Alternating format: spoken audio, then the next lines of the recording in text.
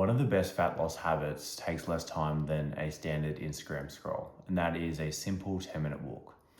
This is something you might have heard of before. It might sound almost too simple to work, but knowing how to use it strategically is where this becomes a fantastic thing for people. I like to use a quick 10-minute walk in a few different contexts. One might be when you start to feel a bit sluggish.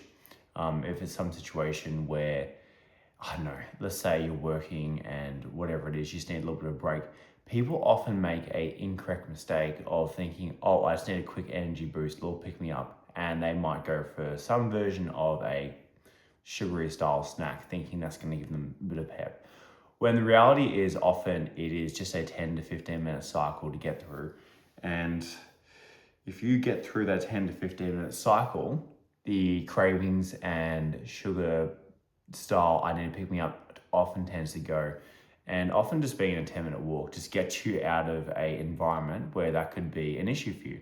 It's hard to find the stuff outside. I don't know if you're trying to pick at people's berries in their backyard, but usually it's hard to actually access some of that stuff.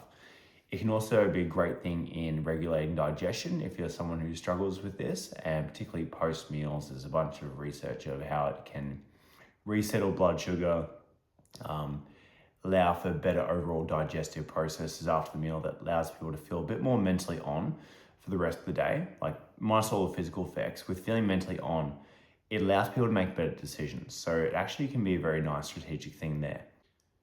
Another time to use it is strategically where you get the most cravings within the day. So if you start to notice at 6 p.m. as soon as I come home, but before dinner, that's the time I raid the cupboard like a high school kid does after school, or, insert whatever time. You might know your times. They're the times to cash in. It is so much easier to win the game if you're not even in the game of deciding, oh, should I eat, should I not? You're gone. You're out of there. It is huge. But it just takes a bit of foresight and understanding yourself in terms of what time do I usually start to snack and go for things that otherwise I wouldn't actually get much out of. A very common one that I like to share is just before dinner. It's often a time of day where people are at their hungriest, because it might be a while since they've had an afternoon tea or lunch or whatever it is, so they're quite hungry, but they're not really going to commit to a main dinner meal, so they end up just picking, and often the most mentally fatigued and tired. Use it then can be fantastic.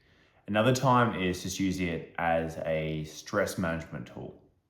So when you're stressed, cortisol can go up and actually brings energy into the bloodstream. This can be via stored carbs, or it can be actually good with mobilizing your body fat. And it's often just a good time to just burn some of that stuff. And it often goes better than sitting down in that stress position doing nothing. There's a bunch of research why that isn't good for your health, to be honest.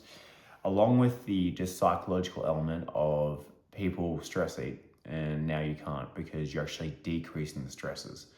And stress eating is something that just honestly destroys so many people. And of course, it's got the negative side effect of as soon as you're done with the stress eating, you've still got the stress and you've got this eating issue that you're struggling to control that might be getting in the way of some of your goals.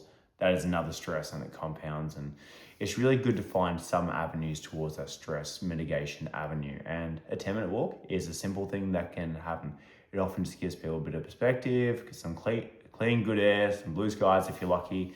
Maybe not in Melbourne, but a great strategy to use. So use the 10-minute walk. But this next week, think of the times that you could strategically use this the best, whether stress times, cravings times, that in between windows, or where it's needed to get over a bit of a mental fog or loop or feeling sluggish. Look at it throughout the next week and you'll start to realize this is a better fat loss tool than you might originally think, but just use it at the right times in the way that works for you. Thanks for watching. Like, comment, share, subscribe. Thank you.